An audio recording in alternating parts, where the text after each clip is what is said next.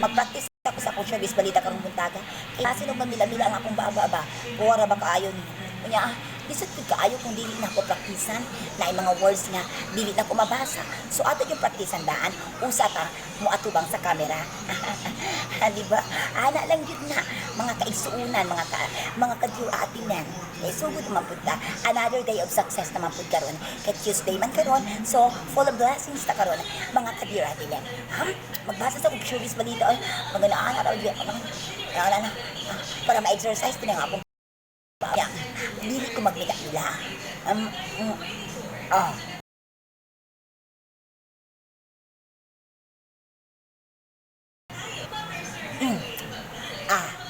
May bago dang update. Ayon kay Chris Aquino patungkol sa kanyang kalusugan. Abangan natin yan. Ay, nako, saksak sinagol na lang, no? O, saksak sinagol.